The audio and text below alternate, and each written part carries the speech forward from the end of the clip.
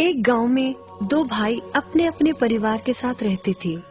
एक भाई अमीर था तो दूसरा गरीब। दिवाली आई, सारे गांव में खुशियां मनाई जा रही थी।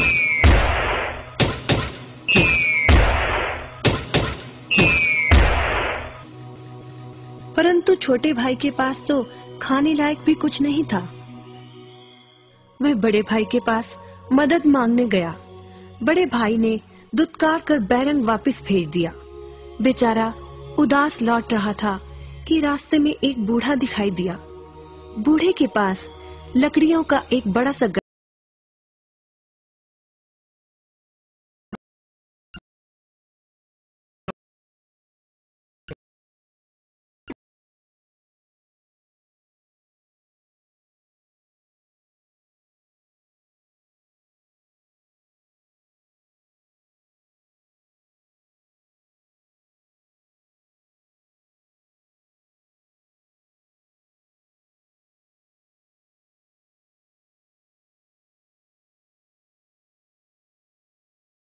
बूढ़े ने छोटे को एक मालपुआ दिया और बोला, जंगल में जाना, एक जगह अजीब तरह के 3 पेड़ तुम्हें दिखेंगे, जिसके पास एक चट्टान होगी।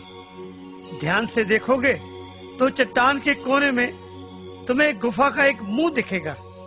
गुफा में चले जाना, वहाँ 3 बौने रहते हैं। मालपुआ उन्हें बहुत पसंद है, वैसे किसी भी कीमत पर छोड़ेंगे नहीं।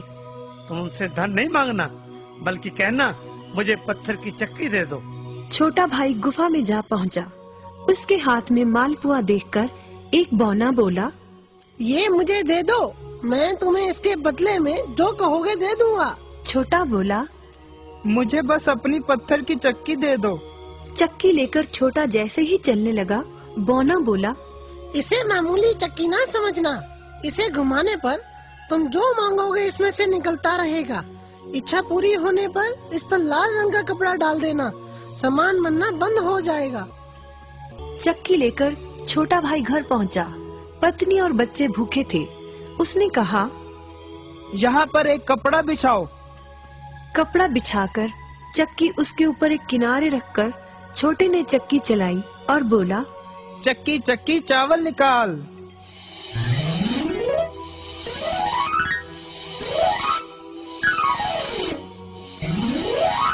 बस चावलों का ढेर लगना शुरू हो गया। लाल कपड़े से चक्की को ढककर छोटे ने फिर कपड़ा हटाया और दोबारा चक्की चलाकर बोला, चक्की चक्की दाल निकाल।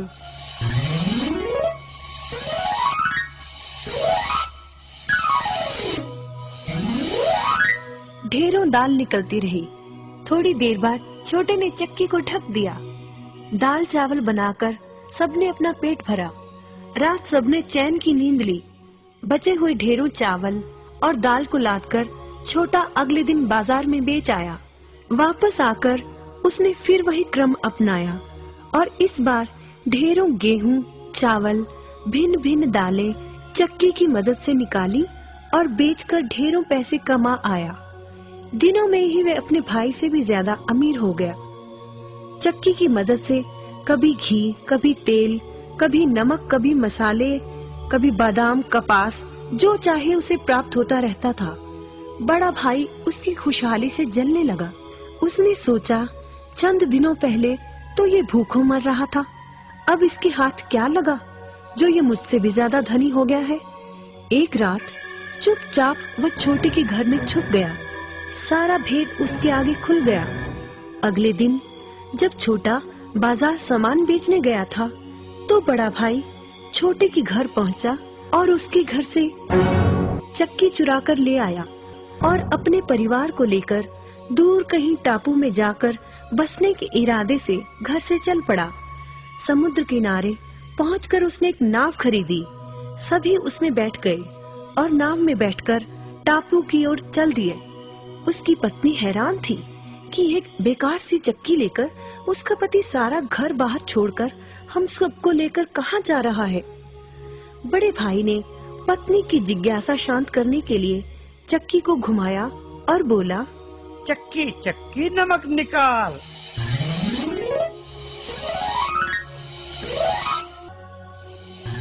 बस फिर क्या था, नमक का ढेर नाव में लगना शुरू हो गया और नाव डूबने लगी। बड़े भाई को चक्की बंद करने का उपाय तो पता नहीं था। उन सब की जल समाधि बन गई।